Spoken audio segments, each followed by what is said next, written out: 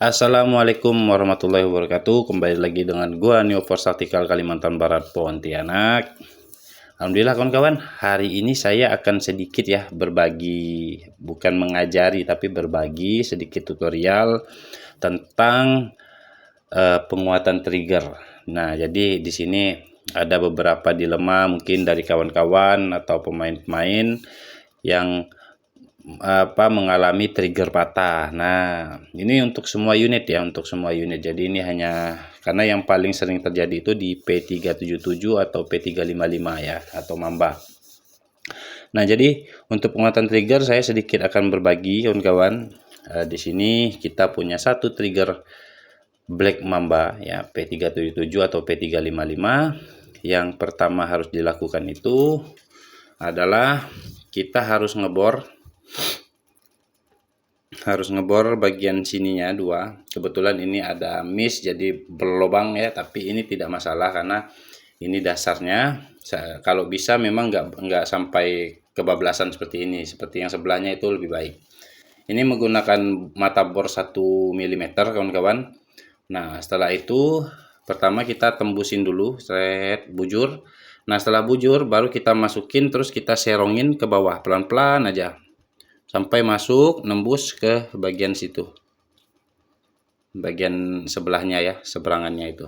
Nah, masukin dulu rata. Setelah rata, karena mata bor 1 mm itu gampang patah, jadi harus perlahan mengerjakannya. Sudah rata baru kita miringin sedikit demi sedikit sampai dia menuju ke titik itu. Kita masukin perlahan sampai dia tembus ke bagian sini. Itu pertama ya, step pertama. Nah, setelah seperti ini terbor, setelah berlubang seperti ini, dia dua sisi ya.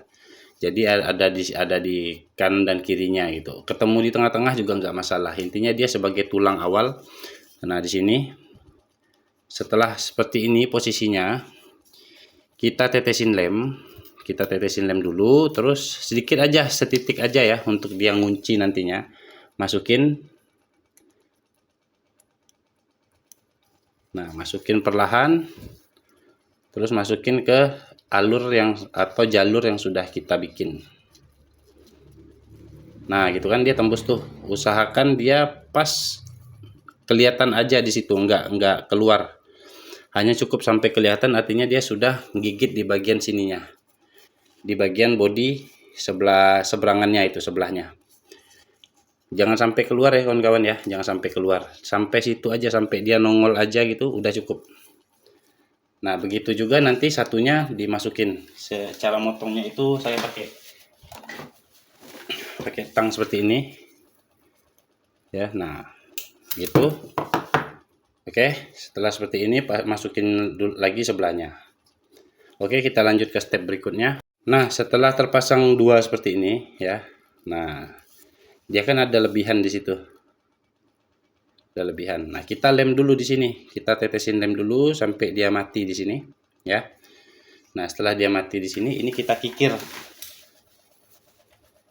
Nah, ini kita kikir begini ya, sampai dia rata.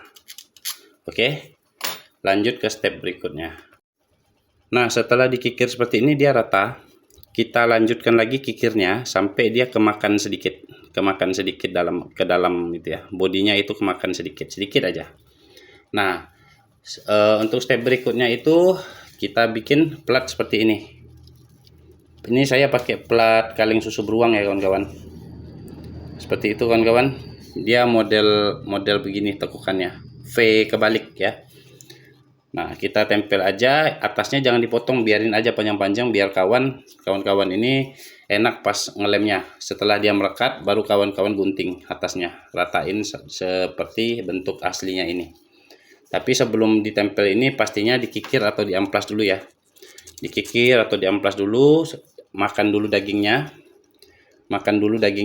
sampai dia kemakan. Jadi begitu ditempelin plat ini, untuk ketebalan bagian cantolan ini akan tetap seperti aslinya ya kawan-kawan, seperti itu. Nah, di sini kita sudah punya tulang, kita sudah punya penahan di sini. Oh ya, platnya juga sebelum ditempel diamplas dulu ya, kasarin dulu. Begitu juga dengan plastiknya dikasarin dulu biar dia pas dilem itu dia ngunci ya kawan-kawan. Nah, setelah seperti itu, kita lanjut di step terakhir. Step terakhir yaitu kita membuat kuncian di lawan kuncian di sini, tapi menggunakan plat tipis kayak kaleng lah segar, kaleng Coca-Cola gitu ya, kaleng soda. Ditempel aja bagian sini. Nah, setelah kering, kita papas sedikit pakai kikir. Ya. Kikir ini alat yang selalu mengajarkan kita filosofinya agar kita tidak kikir.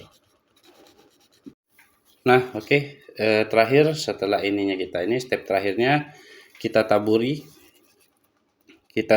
di bagian tulang itu abu rokok atau baking powder ya. Baking powder atau abu rokok akan lebih baik ya dibanding pasir besi. Saya tidak menyarankan pasir besi, nanti kalau misal dipakein pasir besi dia nggak terlalu kuat kawan-kawan. Begitu kita tarik bunyi krek krek krek. Nah, itu sifat pasir besi itu rapuh ya. Namanya aja yang besi. Jadi saya lebih menyarankan abu rokok atau baking soda. Yang paling baik dari semua bahan taburan-taburan untuk cor itu adalah baking soda ya kawan-kawan.